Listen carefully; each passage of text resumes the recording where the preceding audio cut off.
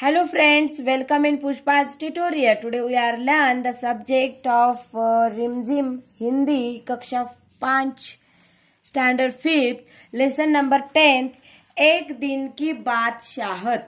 एक दिन की बादशाहत म्हणजेच एका दिवसात आपण जे बादशाह बनतो की कशा पद्धतीने बादशाह बनलो आहोत ते या लेसन मध्ये दिलेले आहे. आरिफ, सलीम, चलो फौरन से जाओ. अम्मी की आवाज आइन उस वक्त आती थी जब वे दोस्तों के साथ बैठे कव्वाली गा रहे होते थे. म्हणजेच जेव्हा ते कव्वाली गायला बसलेले असतात आणि असेच त्यांच्या गप्पा रंगात आलेले असतात तेव्हा त्याच्या आईचा आवाज त्याच्या कानावर येतो की तुम्ही सर्वजण घरात या. या फिर सुबह बड़े मजे में आइसक्रीम खाने के सपने देख रहे होते कि अप्पा झिंझोड़ कर जगा देती. जल्दी उठो, स्कूल का वक्त हो गया. आणि सकाळी सकाळी स्वप्नात मस्त आईस्क्रीम खात असताना आई उठवते की उठा चला आता शाळेला जायची वेळ झाली आहे. दोनों की मुसीबत में जान थी. म्हणजे दोघांनी जणू काही नकोच करून टाकलेला आम्हाला. संध्याकाळी गप्पा मारताना पप्पा बोलवतात, सकाळी आई, म्हणजे का आम्हाला कुठलीही गोष्ट काही मनसोक्त करायला भेटत नाही. दोनों के मुसीबत में जान थी. हर वक्त पाबंदी, हर वक्त तकरार, अपनी मर्जी से चू भी न कर सकते थे. अभी तो आरिफ को गाने का मूड आता तो भाईजान डांटती, चुप होता है या नहीं. हर वक्त मेंढक की तरह टहराए जाते हैं. बाहर जाओ तो अम्मी पूछती, बाहर क्यों गए. अंदर रहते तो दादी चिल्लाती, हाय मेरे दिमाग फटा जा रहा है शोर के मारे. अरे रजिया, जरा इन बच्चों को तो बाहर हाँक दे. जैसे बच्चे न हुए मुर्गी के चूजे हो गए. दोनों घंटों बैठकर इन पाबंदियों से बच निकलने की तरकीबें सोचा करते. उन दोनों से तो सारे घर को दुश्मनी हो गई थी. लिहाजा दोनों ने मिलकर एक योजना बनाई और अब्बा की खिदमत में एक दरखास्त पेश की कि एक दिन उन्हें बड़ों के सारे अधिकार दे दिए जाए और सब बड़े छोटे बन जाए. आता बघा, या मुलांना घरातून प्रत्येक गोष्टीवर रोकटोक होत होती. त्यावर त्या मुलांनी एक तरकीब केली आणि त्यांच्या वडिलांना सांगितले की पप्पा आम्हाला एक दिवस तुम्ही देता का. म्हणजेच असं की एक दिवस तुम्ही लहान मुले बना आणि एक दिवस आम्ही मोठी माणसं बनतो.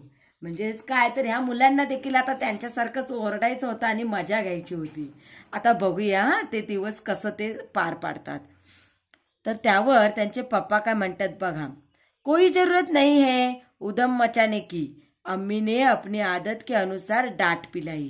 लेकिन अब्बा जाने किस मूड में थे कि न सिर्फ मान गए बल्कि यह इकरार भी कर बैठे कि कल दोनों को हर किस्म के अधिकार मिल जाएंगे.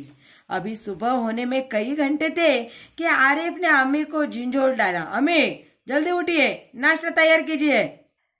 अम्मी ने चाहा एक झापड़ रसीद करके सो रहे, मगर याद आया कि आज तो उनके सारे अधिकार छीने जा चुके हैं. त्याच्या मम्मीला वाटलं की याच्या एक कानाखाली देऊ का, पण नंतर लक्षात आलं की सकाळ झाली आहे, आज ही लोक मोठी बनलीत आणि आपण छोटे बनले आहोत. बघूया आता पुढे काय होतोय.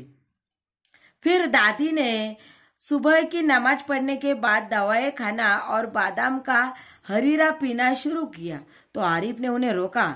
तौबा है दादी, कितना हरीरा पिएगी आप, पेट फट जाएगा. और दादी ने हाथ उठाया मारने के लिए.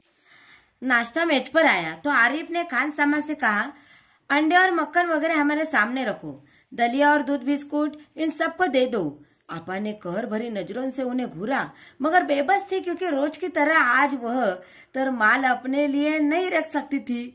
सब खाने बैठे तो सलीम ने अम्मी को टोका, अम्मी जरा अपने दांत देखिए, पान खाने से कितने गंदे हो रहे हैं. मैं तो दांत मान चुकी हूँ. अम्मा ने टालना चाहा.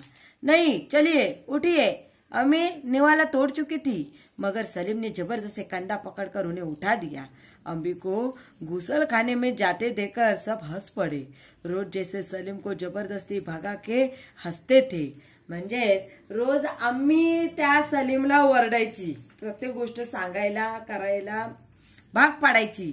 परंतु आता सलीमने अम्मीला दात घासायला पाठवलं आहे आणि हे बघून बाकी सर्वजण हसत आहेत.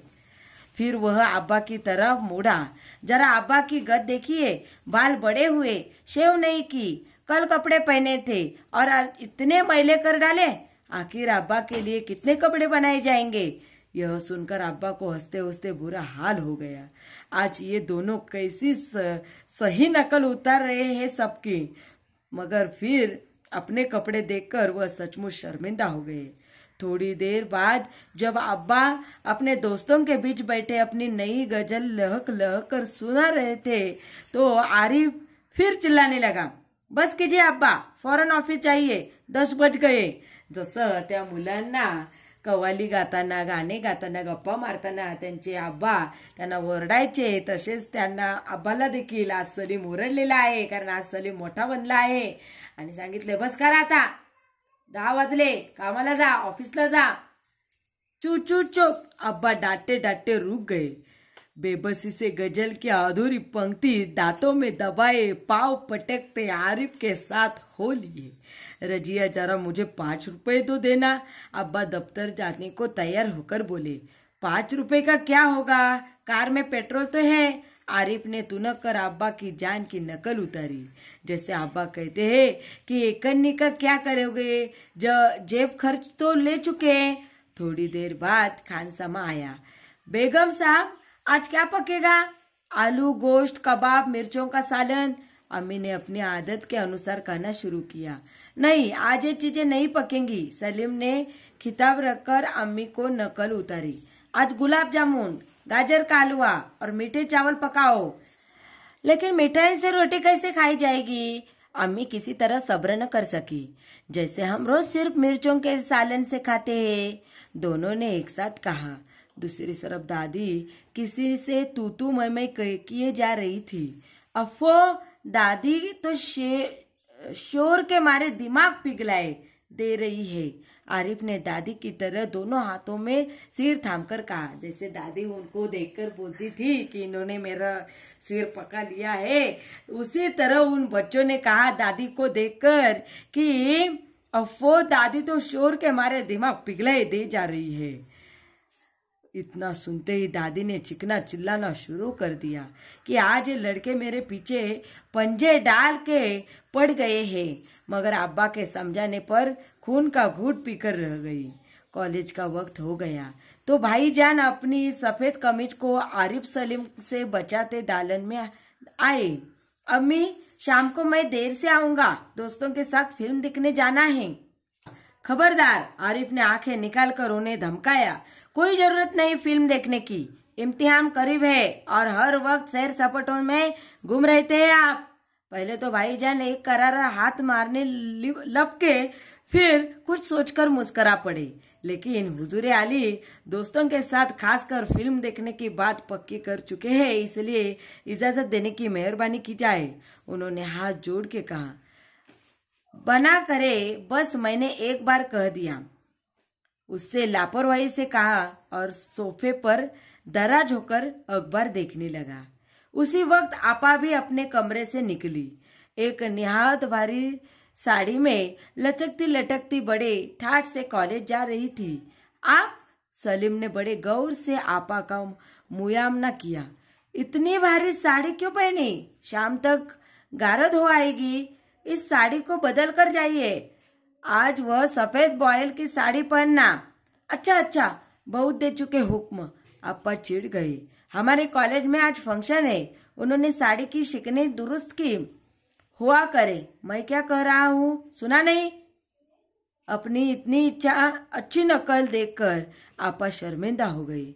बिल्कुल इसी तरह तो वह आरिफ और सलीम के उसकी मनपसंद कमीज उतरवाकर निहायत बेकार कपड़े पहनने की हुक्मा लगाया करती है।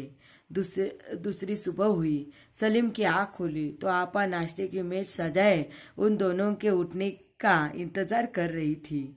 अम्मी खानसामा को हुक्म दे रही थी कि हर खाने के साथ एक मीठी चीज जरूर पकाया करो। अंदर आरिफ के गाने के साथ भाईजान मेज का तबला बजा रहे थे और अब्बा सलीम से कह रहे थे, स्कूल जाते वक्त एक चवन्नी जेब में डाल दिया करो, क्या हर्ज है।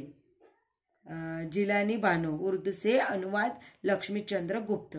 देखो, ये एक स्टोरी है जो उर्दू में लिखी हुई है, उसके हिंदी में अनुवाद किया गया है लक्ष्मी चंद्र गुप्त जी ने।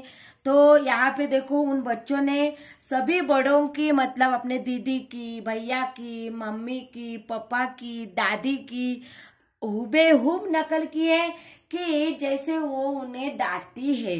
और उसी तरह उन्होंने एक दिन उनको डांट कर देखा तो उन्हें महसूस हुआ, अपनी गलती समझ में आई कि हम किस तरह गलत इन लोगों से बर्ताव करते हैं। और दूसरी सुबह जब आई तब उन्होंने सब, मतलब जो जो उनसे गलतियां होती थी वो सुधारने की कोशिश की। मतलब उनके पिताजी ने उनको जेब में चवन्नी डालने की शुरुआत की, माँ ने उनको खाने के साथ एक मीठा कुछ तो पकवान बनाने की शुरुआत की।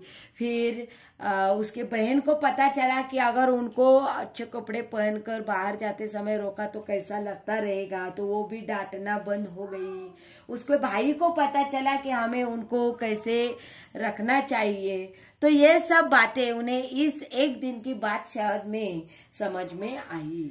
मुझे लगता है कि आप सबको ये पार्ट जरूर समझ में आया रहेगा। और इसी तरह आगे के लेसन समझने के लिए अपना चैनल जरूर सब्सक्राइब करना। Thank you.